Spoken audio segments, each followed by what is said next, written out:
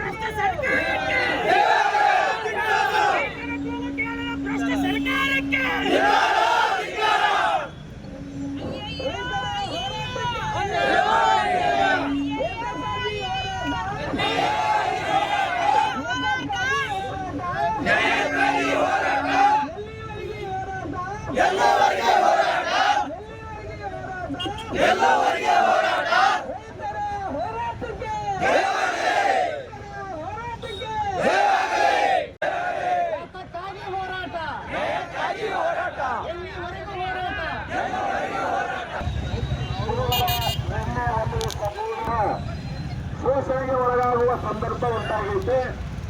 ಇವತ್ತು ರೈತರು ಬೆಳಗಾವಿಯಲ್ಲಿ ಮೊದಲ ಹಂತದಲ್ಲಿ ಆರಂಭ ಮಾಡಿದ ಹೋರಾಟ ಇವತ್ತಿಗೆ 8ನೇ ದಿವಸ ನಿರಂತರವಾಗಿ ನಡೀತಾ ಇದೆ.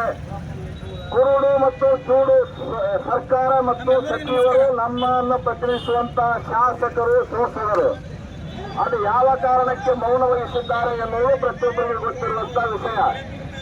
ಏಕೆಂದರೆ ಪ್ರತಿಯೊಬ್ಬ ರಾಜಕೀಯ ಧುರೀಣರು ಸಹ ಉದ್ಯಮಿಗಳ ಕೈಗೊಂಬೆಯಾಗಿ ಆ ಒಂದು ಸಕ್ಕರೆ ಕಾರ್ಖಾನೆಗಳಲ್ಲಿ ಪಾಲುದಾರ ಸಕ್ಕರೆ ಇರುವಂತದ್ದು, ಪ್ರತಿಯೊಂದು ಬೆಳೆಯತಕ್ಕಂಥ ಫಲವು ಸಹ ರುಚಿಯಾಗಿರುವಂತಹ ಪ್ರದೇಶದಲ್ಲಿ ನೀವು ನಮ್ಮ ನಾಡಿನಲ್ಲಿ ಬೆಳೆದತಕ್ಕಂಥಗೆ ಅಪಮಾನ ಮಾಡ್ತಾ ಇದ್ದೀರಾ. ಮತ್ತು ಇಲ್ಲಿ ಬರುವಂತ ಇವರಿಗೆ ಸಕ್ಕರೆ ಪ್ರಮಾಣ ಕಮ್ಮಿ ಅಂತ ಹೇಳಿ ನೋಡುತ್ತದೆ. ಇದು ಜನವಿರೋಧಿ ನೀತಿ ಆಗ್ತೈತಿ. ನಾವು ಸಹ ಆ ಹೋರಾಟದಲ್ಲಿ ಬೆಂಬಲ. ರೈತ ಹೋರಾಟಗಳು ಬರುವಂತದ್ದು ಬಹಳ ಕಡಿಮೆ, ವಿರಳ ಮತ್ತು ಖಚಿತ. 10 ವರ್ಷ 20 ವರ್ಷಗಳ ನಂತರದಲ್ಲಿ ಹೋರಾಟಗಳು ಮೇಲಿಂದ ಮೇಲೆ ಘಟಿಸ್ತಾ ಇರ್ತಾವ. ಇಂತಹ ಸಂದರ್ಭದೊಳಗ